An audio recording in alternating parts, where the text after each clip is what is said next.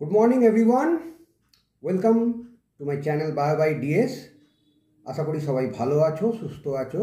আজকে তোমাদের সামনে আমি যে এক্সপেরিমেন্টটা নিয়ে উপস্থিত হয়েছি সেটা হচ্ছে mitosis in onion root tip sell.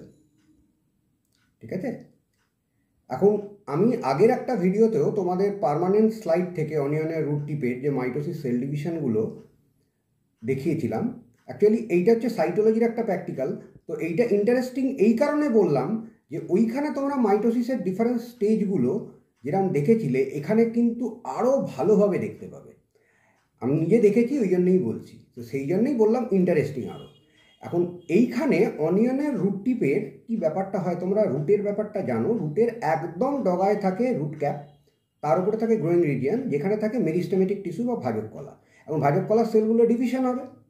এবার যেহেতু রুট বা মূল সেটা হচ্ছে সোম্যাটিক টিস্যু বা দেহকোষ, সেহেতু এর মাইটোসিস পদ্ধতিতে এর ডিভিশনটা হবে, মাইটোসিস সেল ডিভিশন হবে।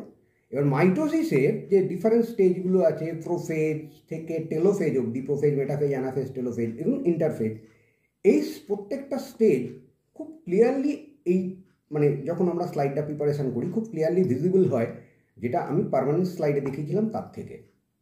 ঠিক আছে, কারণ ওটাতে জাস্ট কাট করা হয়, মাইক্রোটোমে ওটাকে কাট করে নিয়েছিল, কিন্তু এখানে সেলটা আরও ক্লিয়ারলি ভিজিবল। ওই জন্যই বললাম যে খুব ইন্টারেস্টিং হতে যাচ্ছে।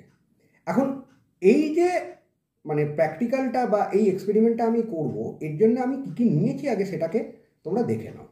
প্রথমে যেটা নিয়েছি সেটা হচ্ছে একটা কনিক্যাল ফ্লাস্ক, একটা পেঁয়াজের যে ডগার দিকটা যেরম রুটগুলো থাকে, তোমরা পেঁয়াজের ডগার দিকটা এরম কেটে নেবে একটুখানি, যাতে এই বাল্বটা বেরোয়। পেঁয়াজের যে কাণ্ড সেটাকে বাল্ব বলে, বাল্বটা যাতে বেরোয়।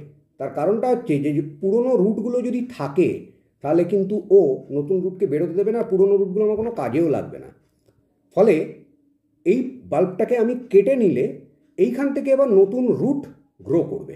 ওকে, তো এইটাকে তখন এই যে কনিক্যাল ফ্লাস্কে আমি একদম মুখ অব্দি জল নিয়েছি, তার মধ্যে জাস্ট এই বাল্বটা ভেজে, কাণ্ড যেটা, বাল্বটাই হচ্ছে ওর কাণ্ড, সেইভাবে এইভাবে এটাকে আমাকে বসিয়ে রাখতে হবে 2 থেকে 3 দিন। ওকে, তাহলে এর রুট বেরোবে। আমি 2 দিন আগে একটা পেঁয়াজকে বসিয়ে রেখেছিলাম, তার রুটগুলো দেখো এরকম সুন্দর বেরিয়েছে। তো আমি এইটাকে নিয়ে করবো, কারণ এক্ষুনি তার রুট বেরোবে না, এইটাকে নিয়েই আমি কাজটা করব। আর কি নিয়েছি, কার্নয় সলিউশন। কার্নয় সলিউশনটা হচ্ছে ফিক্সেটিভ হিসেবে কাজ করে। এর মধ্যে যেটা থাকে সেটা হচ্ছে অ্যাসিটিক অ্যাসিড আর ইথানল। অ্যাসিটিক অ্যাসিড থাকে 1 আর ইথানল থাকে 3, রেশিওটা 1:3 রেশিওতে অ্যাসিটিক অ্যাসিড আর ইথানলটা থাকে। এটা ফিক্সেটিভ হিসেবে কাজ করবে। ফিক্সেটিভ হিসেবে কাজ করবে কেন না, পেঁয়াজের যে এই রুটগুলো বেরিয়েছে, এই রুটগুলো সাধারণত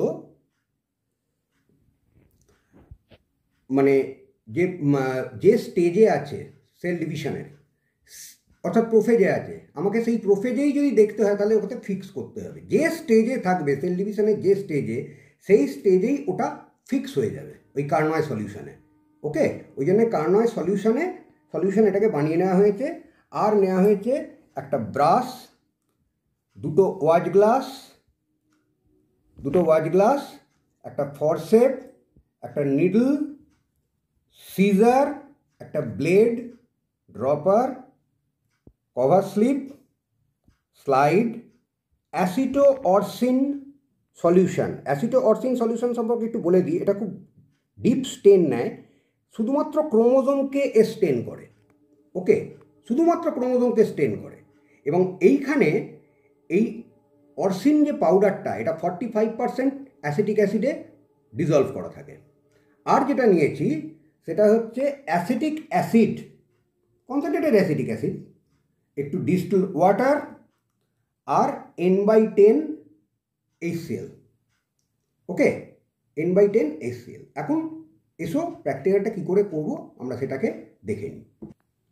তো প্রথমে দেখো, এই যে কার্নয় সলিউশন আছে, কার্নয় সলিউশনের মধ্যে আমি অনিয়নের রুট টিপগুলোকে ঠিক 5 থেকে 6 মিলিমিটার, তার বেশি নয়, কেটে এর মধ্যে নেব।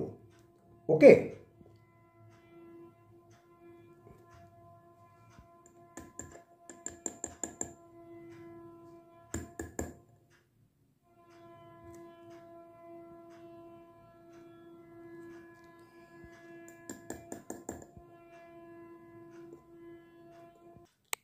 দেখো কার্নয় সলিউশনের মধ্যে আমি রুটগুলোকে নিয়ে নিয়েছি। এটা জেনারেলি তোমরা নেবার চেষ্টা করবে সকাল 9টা থেকে 10টার মধ্যে। আর একটু বলে রাখি, এই এক্সপেরিমেন্টটা উইন্টার সিজনে খুব ভালো হয়, শীতকালে। গরমকালে করলে কি হয় যে পেঁয়াজের যেই দুদিনে বললাম রুটগুলো বেরিয়ে যাবে, এটা গরমকালে বেশি হয়ে গেলে এই রুটগুলো একটু পচে মতো যায় যদি একটু বেশি দিন হয়ে যায়, কিন্তু শীতকালে সেই পচে যাওয়ার সম্ভাবনাটা থাকে না। আর সকাল 9টা থেকে 10টার মধ্যে এই রুটগুলোকে আমি কালেক্ট করতে এরকম কার্নয় সলিউশনে ভেজাতে বলছি কেন, তার কারণটা হচ্ছে দিনের বেলা পেঁয়াজের যে রুট তার গ্রোথটা ভালো হয়, ঠিক আছে, আর রাত্রির দিকে একটু স্টান্টেড গ্রোথ হয়। এবার গ্রোথটা ভালো হলে কি হবে, গ্রোথ মানে কি, সেল ডিভিশন হচ্ছে। এবার ডিফারেন্ট সেলের মানে রুট টিপের ডিফারেন্ট সেলে কোনোটা তখন প্রোফেজ, কোনোটা তখন মেটাফেজ, কোনোটা অ্যানাফেজ, কোনোটা টেলোফেজ, এই বিভিন্ন ফেজে থাকবে। ওকে, তো দিনের বেলায় সকালবেলা এই জন্যে এটা ভেজানোটা খুব ভালো। সকাল 9টা থেকে 10টার মধ্যে এটাকে ভিজিয়ে দিতে পারলে ভালো। এবং এই যে রুট টিপগুলোকে আমি নিলাম এইখানে, এইটা ফিক্সেটিভের মধ্যে ফিক্স হয়ে যাবে যে স্টেজে আছে সেই স্টেজে। কিন্তু এখন তো আমি সবে ভিজিয়েছি, এটা তোমাদের দেখানোর জন্যে, এটাতে তো এক্ষুনি আমি কাজ করতে পারবো না। তো আমি সকালবেলা আর একটা ভিজিয়ে রেখেছিলাম, ঠিক আছে, এইটার মধ্যে কার্নয় সলিউশনের মধ্যে। তো সেখান থেকে আমি রুট টিপটাকে নেব। ওকে, তো দেখো এবারে তাহলে আমাকে করতে হবে একটা সলিউশন বানিয়ে নিতে হবে, সেটা হচ্ছে অ্যাসিটো অরসিনের। তো এইখানে তোমরা দেখো আমি একটা হোমিওপ্যাথি সিসিতে অ্যাসিটো অরসিন সলিউশন বানিয়ে নিয়েছি। অ্যাসিটো অরসিন সলিউশন বানিয়ে নিয়েছি মানে কি, অ্যাসিটো অরসিন যেটা ছিল স্টেনটা সেটা তো আছেই, তার সঙ্গে আমি HCl মিশিয়েছি। কতটা, 9 ফোঁটা, ঠিক আছে, 9 ফোঁটা অ্যাসিটো অরসিন আর 1 ফোঁটা HCl, মানে 9:1 রেশিওতে আমি হোমিওপ্যাথি সিসির মধ্যে বানিয়েছি। কেন হোমিওপ্যাথি সিসির মধ্যে সরু এইটুকুনি জায়গার মধ্যে আমি নিলাম, তার কারণটা হচ্ছে, প্রথম কথা হচ্ছে সিসিটার গাটা খুব পাতলা, কাঁচটা, এটা আমার পরে হিট করতে সুবিধা হবে, দেখাবো যখন একটু পরে। আর দ্বিতীয় কথা হচ্ছে এই স্টেন এক গাদা লাগে না, মানে নষ্ট করে লাভ নেই ফালতু, তাই জন্যে ওইটুকুনিতেই আমার কাজ হয়ে যাবে। ওই জন্যে এখানে 9:1 অনুপাতে ওই 18 ফোঁটা আর 2 ফোঁটা, মানে 9:1 অনুপাত হচ্ছে, 9 ফোঁটা আর 1 ফোঁটা, মানে ওটা রেশিও। 18 ফোঁটা 2 ফোঁটা HCl, 18 ফোঁটা অ্যাসিটো অরসিন আর 2 ফোঁটা HCl আমি নিয়েছি। নিয়ে এই সলিউশনটাকে আমি বানিয়ে নিয়েছি।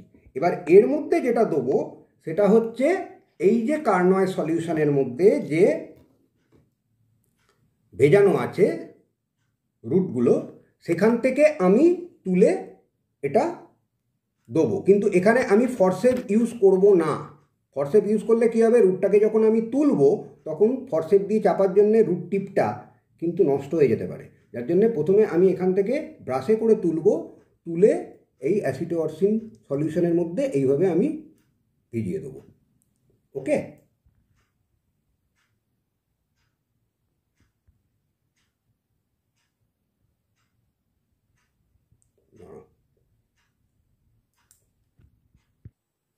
নিয়ে এইভাবে আমি একটা রুটকে তুলে, বেশ কিছু রুটকে তুলে এর মধ্যে আমি ভিজিয়ে দিলাম। ওকে, তাহলে দেখো এর মধ্যে যে ভেজানো আছে এমনিতে বুঝতে পারবে না, তবে একটু ঝাঁকালে হয়তো খানিকটা ক্লিয়ার হতে পারে। তলার দিকে রুটগুলো কিন্তু আছে। ওকে, এই দেখো গায়ে একটা রুট লেগে আছে।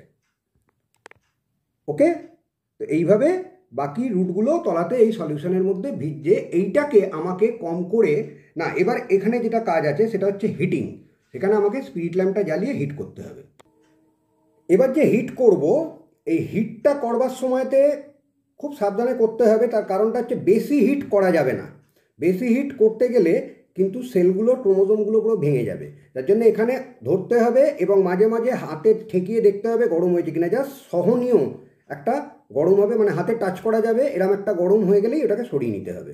তো আমি হিট করছি, নিয়ে হাতে ঠেকিয়ে দেখতে হবে হয়ে গেছে। ওই জন্যই পাতলা কাঁচের শিশি নিয়েছিলাম, যে একটু হিট করলেই এটা হয়ে যায়। এখানে দুটো জিনিস বলে রাখি। একটা হচ্ছে এই হিটটা করলাম কেন, সেটা হচ্ছে হিটটা করলে যেহেতু এটা animal cell, plant cell, animal cell নয়, এর তো সেল ওয়াল আছে। যখন আমি লাস্টে স্কোয়াশিং করব, স্কোয়াশিংয়ের ব্যাপারটা পরে আসছি, সেটা লাস্টে দেখাবো, লাস্ট স্টেপের। তো স্কোয়াশিংয়ের সময়তে যদি সেল ওয়ালটা ঠিকমতো একটু ডেলিকেট না হয়, সফট না হয়, তাহলে স্কোয়াশিংটা ঠিকমতো ভালো হবে না। ঠিক আছে, সেই জন্য হিট করা। আর এই সেলটা কেন দিয়েছিলাম, তার কারণটা হচ্ছে প্ল্যান্ট সেলের মধ্যে তোমরা জানো দুটো সেল ওয়ালের মধ্যেখানে মিডল ল্যামেলা থাকে। ওই মিডল ল্যামেলা যদি ব্রেক না করে তাহলে কিন্তু যখন আমি স্কোয়াশিং করব একটা সেলের ঘাড়ে আর একটা সেল চলে আসবে, ফলে জায়গাটা না ক্লামজি দেখাবে, ঠিকমতো পরিষ্কার স্টেজগুলো বোঝা যাবে না, একটা সেলের থেকে একটা সেল আলাদা করে বোঝা যাবে না। ওই জন্যে এই সেলটা দেওয়া হয়েছে যাতে হাইড্রোলিসিস করে ও মিডল ল্যামেলাটা ব্রেক করে, আর হিট করা হলো যাতে সেল ওয়ালটা একটু ডেলিকেট হয়, যাতে স্কোয়াশিং করতে আমার সুবিধে হয়। ওকে, এবারে যখন এটাকে হিট করবে তখন বলে রাখি ক্যাপ কিন্তু আমি এখন দিলাম, ক্যাপ কিন্তু তখন খোলা ছিল। হিট করবার সময় ক্যাপ দিয়ে কখনো হিট করবে না।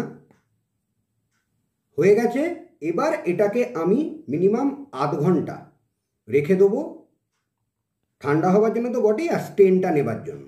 ওকে, এছাড়াও এই পদ্ধতিটা ছাড়াও আর একটা পদ্ধতিতেও করা যায়, তোমাদের স্কুলে হয়তো করাবেন তোমাদের মাননীয় স্যার বা ম্যাডামরা, তো সেই পদ্ধতিটাও আমি দেখিয়ে দিচ্ছি। তবে এখানে বলে রাখছি ওখানে লাগে অ্যাসিটো অরসিনের জায়গায় অ্যাসিটো কার্মিন। আমি অ্যাসিটো অরসিনটা কেন নিয়েছি, অ্যাসিটো অরসিনটা অ্যাসিটো কার্মিনের থেকেও ডিপ স্টেন, ক্রোমোজোমগুলো আরও প্রমিনেন্ট স্টেন নেয়, তবে অ্যাসিটো কার্মিনেও হয়। আমি সেই জিনিসটাও দেখিয়ে দিচ্ছি কী করে করতে হয়, তার জন্য আমার কী কী লাগে।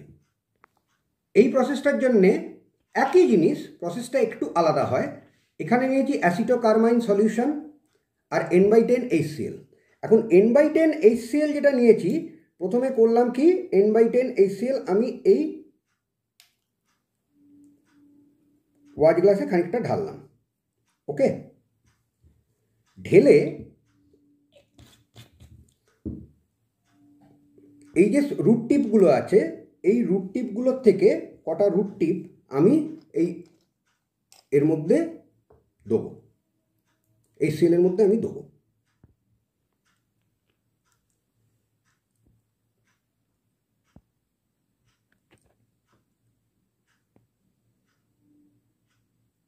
চারটে নিয়েছি।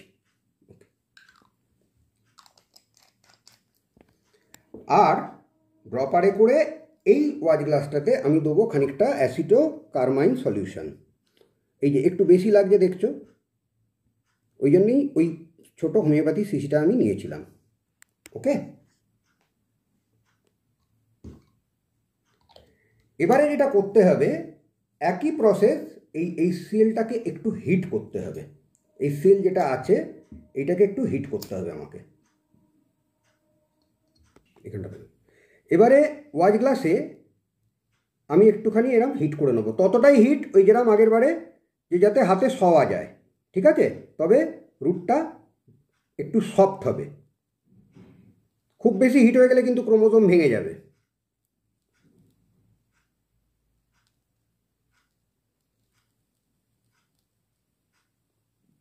হয়ে গেছে, এবারে এটাকে একটুখানি ঠান্ডা করতে দিতে হবে, 2 থেকে 3 মিনিট ঠান্ডা হয়ে যাবে। দরকার হলে তোমরা ফু দিয়েও ঠান্ডা করে নিতে পারো খানিকটা।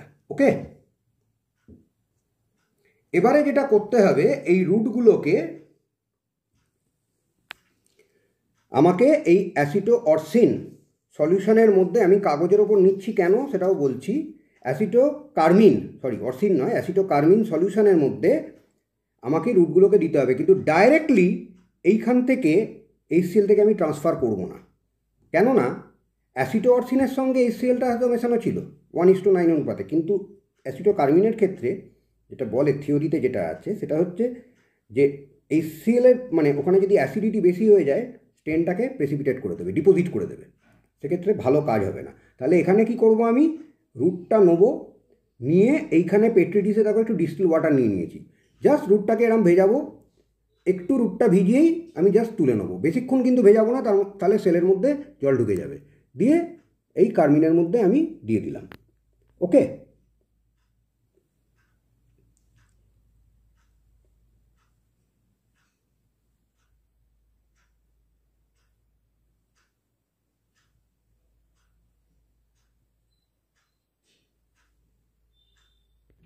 এইভাবে আমি রুটগুলোকে দিয়ে দিচ্ছি।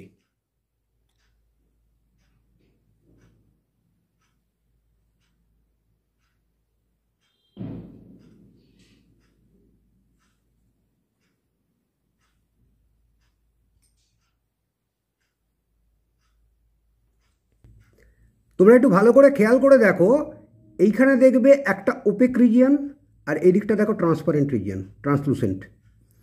এই ওপেক রিজিয়ন যেটা, এইখানেই কিন্তু আমার ভাজক কলা বা মেরিস্টেমেটিক টিস্যুটা আছে, এটারও পরিষ্কার বোঝা যাচ্ছে। ঠিক আছে, আমার লাগবে এইটুকুনি, আমার এই জায়গাটা কিন্তু কোনো কাজের নয়, এই জায়গাটা পার্মানেন্ট টিস্যু রয়েছে। তো এইখানে এখন এই অ্যাসিটোকার্মাইন সলিউশনের মধ্যে এইটা কম করে মিনিট 20 ভেজানো থাকবে। ওকে, আধ ঘন্টা হয়ে গেছে। আধ ঘন্টা হয়ে যাওয়ার পরে আমার লাস্ট পার্টে আমি চলে এসেছি স্লাইড প্রিপারেশানে, সেটা হচ্ছে স্কোয়াশিং। তো স্কোয়াশিংয়ের জন্যে আমার যেটা লাগবে আগে সেটা বলে দিই, সেটা হচ্ছে 45% অ্যাসিটিক অ্যাসিড। তো এখানে যেটা লাগবে 45% অ্যাসিটিক অ্যাসিড মানে কি, 45% অ্যাসিটিক অ্যাসিড আর 55% জল। অতএব এখানে আমি নেব 18 ফোঁটা অ্যাসিটিক অ্যাসিড। ঠিক আছে, আর 22 ফোঁটা আমি এর সঙ্গে জল দেবো, তাহলে 45% অ্যাসিটিক অ্যাসিড সলিউশন আমার তৈরি হয়ে যাবে। এবার দেখো, যেটা অ্যাসিড অরসিনের মধ্যে রুটগুলো ভেজানো ছিল, তার থেকে আমি একটা রুট টিপকে আমি তুলে নেব।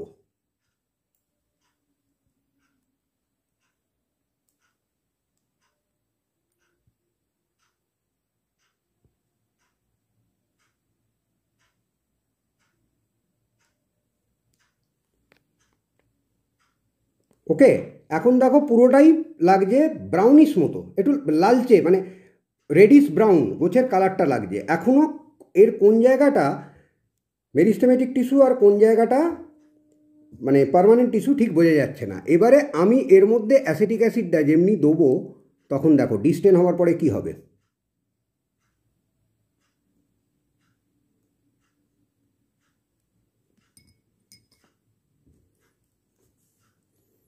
একটু আমি নাড়িয়ে নিচ্ছি, এই যে ডিস্টেন হয়ে যাচ্ছে, বাকি ওয়াটারটা এখানে হয়ে গেল।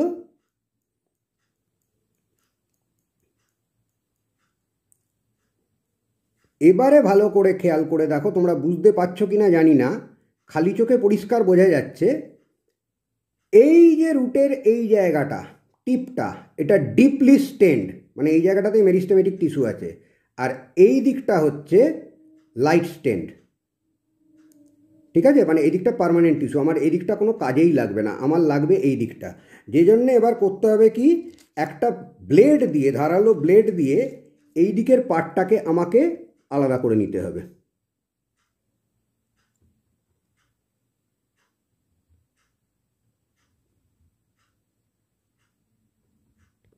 এবার আলাদা করে নিয়েছি, এই পার্টটাকে আমি ডিসকার্ড করব, এই পার্টটা আমার কোনো কাজেরই নয়। নিয়ে এই যে অ্যাসিটিক অ্যাসিড শুদ্ধ যে জলটা আছে, এখানে তো লাল রঙের হয়ে গেছে, আমি জলটাকে টেনে নিলাম ফার্স্টে।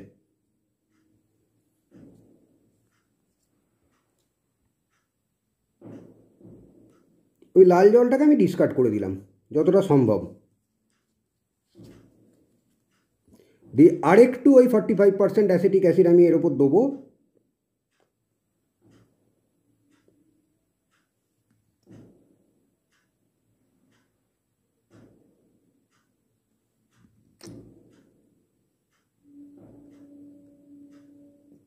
দিয়ে একটা কভার স্লিপ আমি একে চাপা দেবো। কভার স্লিপটা চাপা দেবার নিয়ম তোমরা জানো, কভার স্লিপটাকে ধরবে, ধরে এখানে বসানোর পরে কিন্তু খুব সাবধানে ফেলতে হবে, ওকে, যাতে এয়ার বাবল না ঢুকে যায়।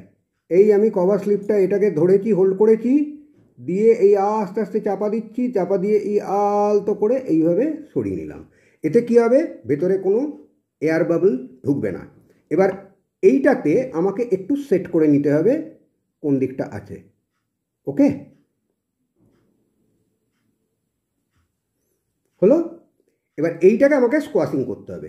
আমি একটু স্লাইডটা ঘুরিয়ে নিচ্ছি, যেহেতু এই দিকটা মানে একটু বেশি এই দিক ঘেঁষে হয়ে গেছে, স্লাইডটাকে একটু ঘুরিয়ে নিলাম। দিয়ে এবার কিচ্ছু নয়, এই ব্লটিং পেপারটাকে এর ওপর চাপা দেবো।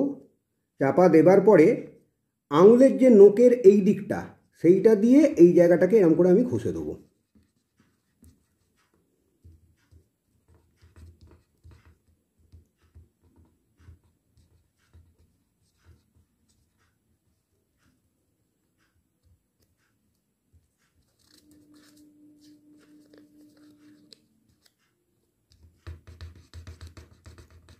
একটু ভালো করে স্কোয়াশিংটা করে দিতে হয়।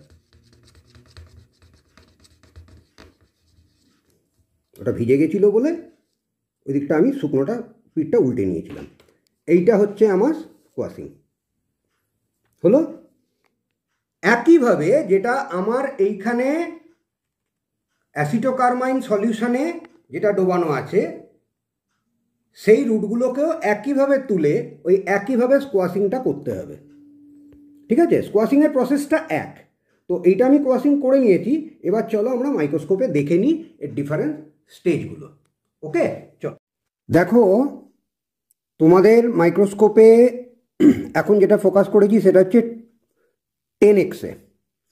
10x-এ যেটা দেখছো তুমি, এর থেকে ভালো ছবি আর দেখতে পাবে না। এখানে অনেক সেল দেখা যাচ্ছে, কিন্তু সেলগুলো ঠিক কোন স্টেজে আছে 10x-এ ভালো ফোকাস করে বোঝা যাবে না। এর জন্যে আমাকে, মানে 10x মানে লো পাওয়ারে, এর জন্য আমাকে হাই পাওয়ারে ফোকাস করতে হবে, অর্থাৎ 45x10 তাতে ফোকাস করতে হবে, তবে তোমরা খানিকটা বুঝতে পারবে। ওকে, তো চলো আমরা সেটাতে ফোকাস করে দেখি সেলগুলোকে। এবারে দেখো আমি হাই পাওয়ারে ফোকাস করেছি এবং ডিফারেন্ট স্টেজ কিন্তু এখানে পরিষ্কার বোঝা যাবে। আমি এক এক করে তোমাদের ডিফারেন্ট স্টেজগুলো দেখাচ্ছি, তাতে আমাকে পয়েন্টারটা একটু সরাতে হবে।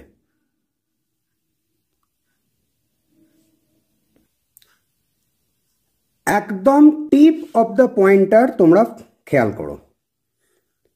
পয়েন্টারের ঠিক মুখে যে সেলটা দেখো, স্কোয়ার শেপের সেল পরিষ্কার, এবং তার মধ্যে একটা ডিস্টিংক্ট গোল নিউক্লিয়াস, যেখানে নিউক্লিয়ার মেমব্রেনটা স্পষ্ট থাকার জন্য নিউক্লিয়াসটা পুরো গোল, এবং এর মধ্যে কোনো নিউক্লিয়ার রেটিকুলাম কিচ্ছু বোঝা যাচ্ছে না। এটা হচ্ছে মেটাবলিক স্টেট। নিউক্লিয়ার রেটিকুলাম তোমরা মেটাবলিক স্টেট বা ইন্টারফেজে কেন বুঝতে পারবে না, তার কারণ হচ্ছে নিউক্লিয়াসের মধ্যে যেহেতু তখনও নিউক্লিওপ্লাজম আছে, অর্থাৎ নিউক্লিয়াসের মধ্যে জল আছে, সেহেতু নিউক্লিওপ্লাজম এবং ক্রোম্যাটিন ফাইবারের রিফ্র্যাক্টিভ ইন্ডেক্সটা সমান হওয়ার জন্য ক্রোম্যাটিন ফাইবার আলাদা করে ভিজিবল হবে না। ওকে, তো যে কারণে এখানে তুমি কোনো ক্রোম্যাটিন ফাইবার দেখতে পাবে না। এটা হচ্ছে ইন্টারফেজের স্টেট। এবারে এই ইন্টারফেস থেকে এ আস্তে আস্তে প্রোফেজে ঢুকবে। এবার আমরা আবার একটু স্লাইডটা সরিয়ে প্রোফেজটাকে ফোকাস করব।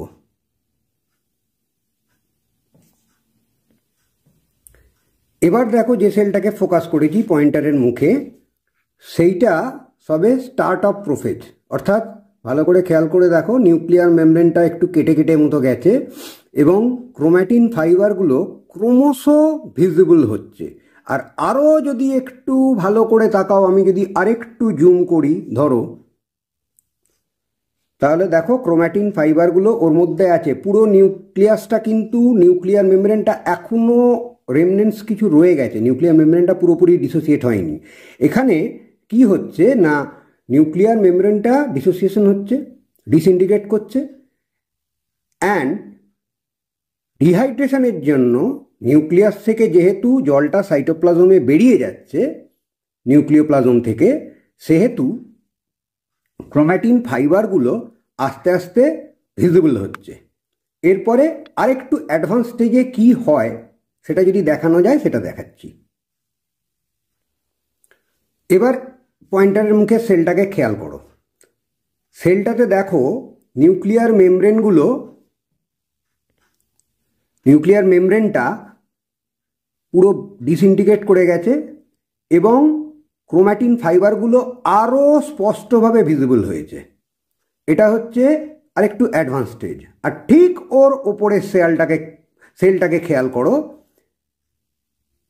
ঠিক মেটাফেজে ঢোকার আগের মুহূর্ত, মানে প্রোফেজ থেকে মেটাফেজে যখন ঢুকবে সেলটা, তখন দেখো যে সেলটা জুড়ে পুরো ক্রোমোজোমগুলো আস্তে আস্তে ছড়িয়ে যাচ্ছে। মানে এখনও কিন্তু মেমতন্তু বা স্পিন্ডল ফাইবার গঠন হয়নি, এখন পুরো সেলটাময় ওই ক্রোমোজোমগুলো ছড়িয়ে যাবে। ঠিক আছে, তাহলে উপরের সেলটা যেটা আছে সেটা হচ্ছে মেটাফেজে ঢোকার আগের স্টেজ। এখন এই প্রসঙ্গে একটা জিনিস বলে রাখি, তোমাদের এরপরে যখন সেলগুলো দেখাবো, তোমরা যে ভিজুয়াল ফিল্ডটা দেখছো, অর্থাৎ যে সাদা অংশটা তোমরা দেখছো, সেইটাকে ধরবে ক্লক বা ঘড়ির ডায়াল। এবার তোমার একদম মিড পয়েন্টে থাকে কাঁটার যে মানে কাঁটা বা পিন যেটা, তার পয়েন্টটা।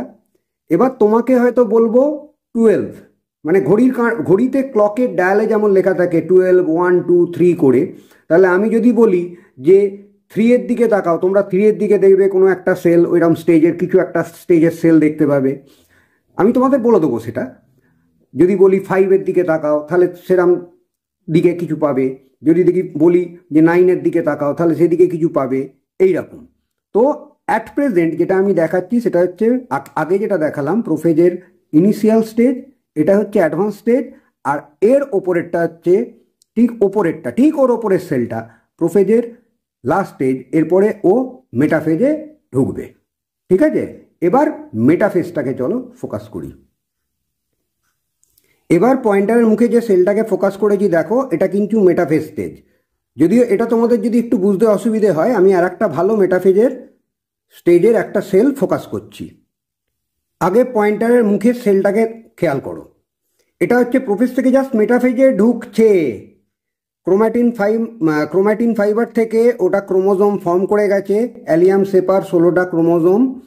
তো এখানে কাউন্ট করা যাবে, কিন্তু ক্রোমোজোমগুলো এখনও পুরোপুরি সেলের মধ্যে একটু ছড়িয়ে মতো আছে। ইকুয়েটোরিয়াল প্লেট বা নিরক্ষীয় প্লেটে এখনও ডিস্টিংক্টলি ওরিয়েন্টেড হয়নি। এবার যদি একদম মিড অফ মেটাফেজে আসি, তাহলে কিরাম লাগবে দেখো। এবারে পয়েন্টারের মুখের সেলটাকে খেয়াল করো। একদম ইকুয়েটোরিয়াল প্লেটে বা নিরক্ষীয় প্লেটে ক্রোমোজোমগুলো সজ্জিত হয়ে আছে, এবং এইটাকে বলা হয়, এটা হচ্ছে সেন্ট্রোমেরিক ভিউ, যার জন্যে ক্রোমোজোমগুলোর যে সেন্ট্রোমিয়ার সেটা দিয়ে বেমতন্তু বা স্পিন্ডল ফাইবারের সঙ্গে আটকে আছে, আর ক্রোমোজোমের যে আর্মগুলো সেগুলো দুটো পোলের দিকে ছড়িয়ে আছে। ওকে, তোমরা যদি একটু ভালো করে খেয়াল করো, ঠিক তার ওপরের ডান দিকের সেলটা সেটাও কিন্তু মেটাফেজ। ওকে, তো এই হচ্ছে মেটাফেজ স্টেজ, মানে মিড অফ মেটাফেজ, একদম মেটাফেজের মধ্যবর্তী স্টেজ। এই সেলটা খেয়াল করো, মেটাফেজ স্টেজটা আরো ক্লিয়ারলি ভিজিবল। একদম মধ্যিখানেই আছে ক্রোমোজোমগুলো, এবং ঠিক তার রাইট হ্যান্ডে খেয়াল করো, যেখানে মানে 3 এর দিকে তাকালে, 3 এর দিকে, ঘড়ির মানে ক্লকের ডায়ালের 3 এর দিকে তাকালে আর একটা পরিষ্কার মেটাফেজ স্টেজে তুমি সেল দেখতে পাবে। আর একটা মেটাফেজ স্টেজের একটা সেল খুঁজে পেলাম। তুমি খেয়াল করে দেখো, টোটাল সেল এরিয়ার রেসপেক্টে ক্রোমোজোমগুলো একদম সেন্টার লাইনে রয়েছে, একেবারে সেন্টার লাইনে ইকুয়েটোরিয়াল প্লেটে। এটা আরো সুন্দর, মেটাফেজ স্টেজটা আরো সুন্দরভাবে বোঝা যাচ্ছে। এবার এই সেলটাকে খেয়াল করে দেখো পয়েন্টারের মুখে, এটা জাস্ট মেটাফেজ থেকে এবার অ্যানাফেজে ঢুকছে। তার কারণটা হচ্ছে ক্রোমোজোমাল ফাইবারগুলোতে টান পড়ায় ক্রোমোজোমগুলো একদম সেন্ট্রোমিয়ার রিজিয়ন থেকে ভেঙে যাচ্ছে, এবং তার ফলে দুটো ক্রোম্যাটিড দুটো পোলের দিকে চলতে আরম্ভ করেছে। অর্থাৎ এইখানে অ্যালিয়াম সেপার যে 16টা ক্রোমোজোম থাকে, সেই 16টা ক্রোম্যাটিড এদিকে আর 16টা ক্রোম্যাটিড অপোজিট পোলে, মানে একদিকের পোলে 16টা ক্রোম্যাটিড, অপোজিট পোলে 16টা ক্রোম্যাটিড চলতে আরম্ভ করেছে। এইগুলোই কিন্তু ডটার ক্রোমোজোম। ওকে, তো যেহেতু 16টা ক্রোমোজোম ছিল এবং 16টা করে ক্রোম্যাটিড এবার দুটো পোলের দিকে চলতে আরম্ভ করেছে, এই জন্যই হচ্ছে মাইটোসিস বা সমবিভাজন। ওকে, আর এটারই আরেকটু অ্যাডভান্স স্টেজ দেখো, আমি ফোকাস করছি। দেখো ক্রোমোজোমগুলো আরো পোলের দিকে সরে এসছে। ঠিক আছে, পোলের দিকে কিন্তু আরো সরে এসছে। এটা হচ্ছে অ্যানাফেজের একদম অ্যাডভান্স স্টেজ। ওকে, মানে এরপরে এবার টেলোফেজে ঢুকবে। তো আশা করি অ্যানাফেজটা বোঝাতে পারলাম। এবার এই সেলটাকে খেয়াল করো, দুটো পোলে ক্রোমোজোমগুলো মানে ডটার ক্রোমোজোম যেগুলো ক্রোম্যাটিডগুলো চলে গেছে, তো চলে যাওয়ার ফলে তারা কিন্তু দুটো পোলের দিকে গিয়ে এবার কন্ডেনসেশন মানে কন্ডেন্সড হতে আরম্ভ করছে একটা জায়গায়, মানে এরপরে নিউক্লিয়াস ফর্ম করবে। ওকে, একে ঘিরে আবার নিউক্লিয়ার মেমব্রেন গঠিত হবে এবং নিউক্লিয়াস ফর্ম করবে। ঠিক আমি একটু সরাচ্ছি, সরালেই দেখো তুমি মধ্যিখানে একটা ফ্র্যাগমোপ্লাস্ট যে তৈরি হয় না, কোষপাত তারপরে তৈরি হবে ফ্র্যাগমোপ্লাস্ট থেকে, মাইক্রোটিউবিলগুলো এক জায়গায় সজ্জিত হয়ে যে ফ্র্যাগমোপ্লাস্ট তৈরি করে, তারপরে গলগি বডির সঙ্গে তার যে ক্ষরণের সঙ্গে মিশে সেটা সেল প্লেট বা কোষপাত তৈরি করে। তুমি কোষপাতটাও পরিষ্কার বুঝতে পারবে, মানে এরপরে সেলটা ডিভিশন হতে যাচ্ছে, টেলোফেজে ঢুকছে। ওকে, দাঁড়াও ফোকাস করছি। এবার দেখো পাশে একটা সেলকে ফোকাস করেছি, সেলটাকে একটু ভালো করে খেয়াল করে দেখো সেলটা কতটা ইলংগেটেড এবং খুব সুন্দর, মানে ভেরি ক্লিয়ারলি ভিজিবল ফ্র্যাগমোপ্লাস্ট, কতটা ইলংগেটেড। ক্রোমোজোমগুলো মানে ডটার ক্রোমোজোম বা ক্রোম্যাটিড তোমরা যাই বলো, দুটো সাইডে পরস্পর মানে পরিষ্কার ওরিয়েন্টেড হয়ে রয়েছে। এখনো নিউক্লিয়ার মেমব্রেন যদিও ফর্ম করেনি, তবে নিউক্লিয়ার মেমব্রেন ফর্ম করবে, কারণ এরপরেও টেলোফেজে ঢুকবে। এবং আমার পয়েন্টারটার মুখে একদম তোমরা ফোকাস করো, দুটো সেলের মধ্যিখানে দেখো একটা ডিস্টিংক্ট সাদা লাইন আড়াআড়ি, অর্থাৎ এইটাই ফ্র্যাগমোপ্লাস্ট গঠন করছে। সেখান থেকে ও সেল প্লেট গঠন করবে, তারপরে টেলোফেজে গিয়ে ডিভাইড হয়ে যাবে। তো এরপরেই সেলটা পুরোপুরি, এটা অ্যাকচুয়ালি অ্যানাফেজের একদম শেষের স্টেজ এবং টেলোফেজে জাস্ট সেলটা ঢুকছে। তো এরপরেই টেলোফেজে সেলটা ঢুকে যাবে। তো চলো টেলোফেজে কিরাম মানে হয় সেলটা সেরকম দেখি। এবার ভালো করে খেয়াল করে দেখো, এই সেলটা হচ্ছে টেলোফেজের সেল স্টেট। টেলোফেজে সেলটার স্ট্রাকচারটা খেয়াল করে দেখো কতটা elongated, number one. Number two হচ্ছে তোমরা যেটা অ্যানাফেজে দেখেছিলে যে দুটো সাইডে ডটার ক্রোমোজোমগুলো চলে গেছিল বা ক্রোম্যাটিড তোমরা যাই বলো, এবং সেগুলো তখন সেখানে কন্ডেনসেশন হচ্ছিল, তখনও তার নিউক্লিয়ার মেমব্রেন ফর্মেশন শুরু হয়নি। এখানে দেখো nuclear membrane formation almost start করে দিয়েছে এবং সেলটার মধ্যে দুটো নিউক্লিয়াস পরিষ্কার বোঝা যাচ্ছে।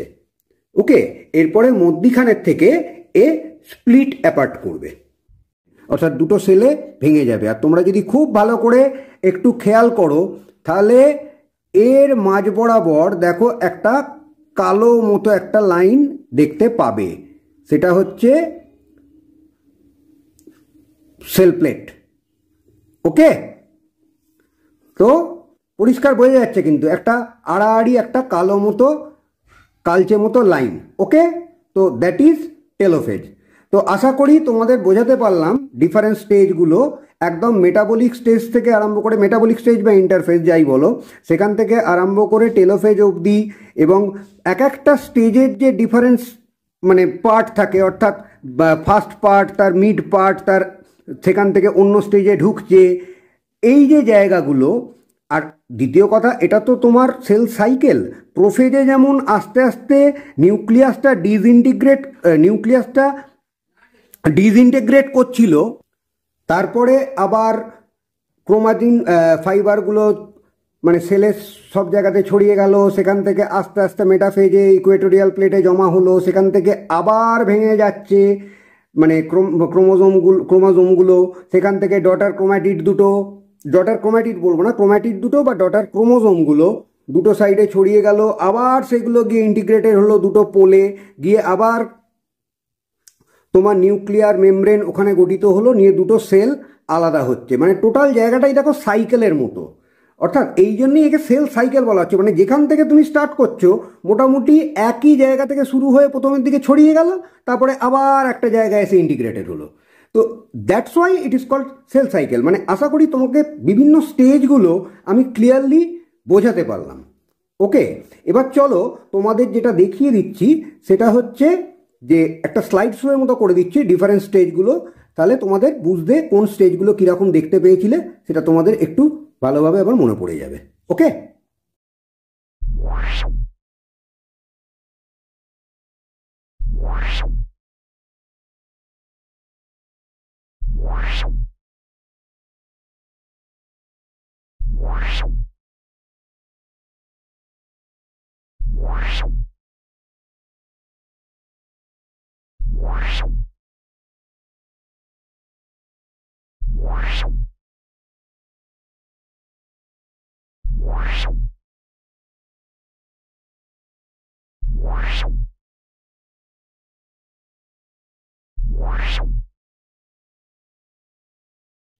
তাহলে তোমরা দেখলে কি সুন্দর আসে। যেমন পার্মানেন্ট স্লাইড তোমাদের যখন দেখিয়েছিলাম তখন কিন্তু এত পরিষ্কার তোমরা দেখতে পাওনি বিভিন্ন স্টেজগুলো। এখানে সেলগুলো দেখো কত বড় বড় দেখালো এবং স্টেজগুলো কত ক্লিয়ারলি ভিজিবল। এখানে একটা কথা বলে রাখি, যখন তোমরা করবে হয়তো একটা স্লাইড করলে তোমার সবকটা স্টেজ নাও দেখাতে পারে, ঠিক আছে, ওটা নিয়ে ভাবনার কিছু নেই। সবসময় হয়তো নাও হতে পারে, হয়তো তোমার ধরো মেটাফেজ আসেনি, বাকি স্টেজগুলো এসছে, তোমার বন্ধুর হয়তো মেটাফেজ এসছে, এটা হতেই পারে। ওই একটা স্লাইডের মধ্যেই সবকটা স্টেজ পাওয়া খানিকটা ভাগ্যের ব্যাপার। হ্যাঁ, খানিকটা খুঁজতেও হয় স্লাইডের মধ্যে, তাহলে পাওয়াও যেতে পারে। অনেকটা জায়গা যদি থাকে তো 40x-এ ফোকাস করা হচ্ছে, মানে 40x, মানে 400 গুণ বড় করা হচ্ছে, খুব অল্প জায়গাতে ওটা থাকে, অনেকটা জায়গা জুড়ে ওটাকে খুঁজতে হয়। খুঁজলে হয়তো সবকটা স্টেজই পাওয়া যাবে, তবে একটা দুটো স্টেজ কোনো সময় মিসিং হলেও হতে পারে একটা স্লাইড করলে। এখানে দুটো তিনটে স্লাইড করলে মানে তোমাদের বন্ধুরা যখন পাশাপাশি করবে তখন সবকটা স্লাইড মিলে সবকটা স্টেজই দেখে নিতে পারবে। এখানে আমি কতগুলো জিনিস আর একবার রিক্যাপিচুলেট করে দিই, কোনগুলো কি করবে আর কোনগুলো করবে না, কারণ এইখানে কতগুলো করা ইফস অ্যান্ড বাটসের ব্যাপার আছে। সেটা হচ্ছে, রুটটাকে তুমি কাটবে সকাল 9টা থেকে 10টার মধ্যে। সকালবেলা পেঁয়াজের রুটের গ্রোথ ভালো হয়, যে কারণে সবকটা স্টেজ পাওয়ার সম্ভাবনা বেশি থাকে, নিয়ে কার্নয় সলিউশনে তুমি ফিক্স করে দিলে। ওকে, নেক্সট যেটা করবে না সেটা হচ্ছে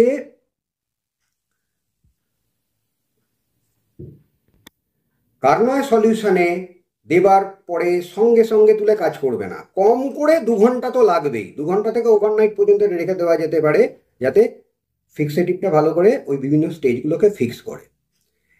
যদি অ্যাসিটো অরসিন দিয়ে করো তাহলে HCl ওখানে 9:1 রেশিওতে মেশাতে পারো, ঠিক আছে, ঠিক আছে, মানে অ্যাসিটো অরসিন 9 আর HClটা 1.1 নর্মাল HCl। আর যদি অ্যাসিটো কারমাইন দিয়ে করো তাহলে কিন্তু আগে HCl এ করে নেবে হিটটা, তারপরে জলে ভিজিয়ে নিয়ে তারপরে অ্যাসিটো কারমাইন সলিউশনের মধ্যে ট্রান্সফার করবে। নাহলে অ্যাসিটো কারমাইন সলিউশন কিন্তু বেশি অ্যাসিডিটি হয়ে গেলে সলিউশনটা ব্রেক করে যেতে পারে, ডিপোজিটেড হয়ে যেতে পারে। আর লাস্টে আমি যেটা 45% কারমাইন সলিউশনও ওই 45% অ্যাসিটিক অ্যাসিডের মধ্যেই গোলা থাকে। আর লাস্টে যেটা 45% আমি অ্যাসিটিক অ্যাসিড দিয়েছিলাম, সেটা কারণটা কি, যেহেতু কারমাইন সলিউশন বা অ্যাসিটো অরসিন সলিউশন এগুলো 45% অ্যাসিটিক অ্যাসিড সলিউশনের মধ্যেই গোলা থাকে, তাহলে কি করবে, ওই 45% অ্যাসিটিক অ্যাসিড যখন আমি স্লাইডের মধ্যে দিলাম তখন ওটা খানিকটা ডিস্টেন্ট করলো। ডিস্টেন্ট বলতে এক্সেস টেনটা ধুয়ে গেল। আর তার ফলে কি হবে, যখন আমি স্কোয়াশিং করব তখন সেলগুলোর ব্যাকগ্রাউন্ডটা খানিকটা সাদা আসবে, তাহলে ক্রোমোজোমটা, বাকি ক্রোমোজোমগুলো ক্লিয়ারলি খুব ভালো করে বোঝা যাবে। কিন্তু যদি ওখানে না দেওয়া হতো তাহলে ব্যাকগ্রাউন্ডটাও যদি ওই রকম একটা কালার চলে আসতো, ক্রোমোজোমগুলো অত ভালো করে বোঝা যেত না। ওকে, তো এইখানে তখন ওই লাস্টে 45% অ্যাসিটিক অ্যাসিডটা দিয়ে একটু নেড়ে নেবে। নেড়ে নেবার পরে তারপরে তোমরা কভার স্লাইডটা দিয়ে তারপরে স্কোয়াশিং করবে। ফরসেপ খুব একটা ইউজ করবে না, কারণ ফরসেপ দিলে যদি বাই চান্স তোমরা বুঝতে না পারো কোনটা রুট টিপ, তোমরা যদি সেই জায়গাটা ধরে ফেলো তাহলে রুট টিপ কিন্তু ড্যামেজ হলে তখন কিন্তু কাজটা ঠিকমতো তোমাদের এই যে ডিভিশনগুলো যে এলো ড্যামেজ হলে কিন্তু সেই জায়গাটা আসবে না, যেগুলো দেখালাম মানে স্টেজগুলো। ওকে, তাহলে আশা করি তোমাদের প্র্যাকটিক্যালটা ভালো লাগলো এবং তোমরা বুঝতেও পারলে, এবং সবকটা স্টেজও আমি স্লাইড শো এর মতো করেও দেখিয়ে দিয়েছি, সবকটা স্টেজও খুব ক্লিয়ারলি ভিজিবল এবং তোমরা খুব ভালো করে বুঝতে পেরেছো। তোমাদের যদি এই সংক্রান্ত কোনো প্রশ্ন থাকে তাহলে তোমরা আমাকে করতে পারো কমেন্টে, আমি চেষ্টা করবো যথাসাধ্য তার উত্তর দিতে। আর ভিডিওটা কেমন লাগলো সেটা আমাকে জানিও। ভালো লাগলে চ্যানেলটা সাবস্ক্রাইব করো আর পাশে থাকা বেল আইকনটা প্রেস করে দিও যাতে পরবর্তী ভিডিওগুলো নোটিফিকেশানগুলো তোমাদের কাছে যায়। ওকে, আর বন্ধুদের সঙ্গে বা তোমাদের যারা ভাই বোন আছে তাদের সঙ্গেও ভিডিওটা শেয়ার করতে পারো। আর একটা কারণ কেন বলছি ভাই বোনদের সঙ্গে, তারাও বিশেষ করে ক্লাস 10-এতে তোমরা মাইটোসিস সেল ডিভিশন পড়েছো, কিন্তু কিরাম লাগে, বইতে তো অনেক রকম ছবি থাকে, কিন্তু এক্স্যাক্টলি কিরাম লাগে একটা স্লাইডে সেইটা তারা দেখেনি। তা তাদেরও যদি দাও তো তারাও দেখে আনন্দ পাবে। বিশেষত যে সমস্ত স্কুলে HS নেই, অর্থাৎ 11-12 নেই, সেই সমস্ত স্কুলে তো তারা দেখতেও পাবে না এরকম জিনিস কখনো, তাদের এই প্র্যাকটিক্যালটা কখনো হবেও না হয়তো। যদি কোনো স্যার ICT ল্যাবে নিয়ে গিয়ে করান সেটা আলাদা ব্যাপার, আদারওয়াইজ হয় না সাধারণত।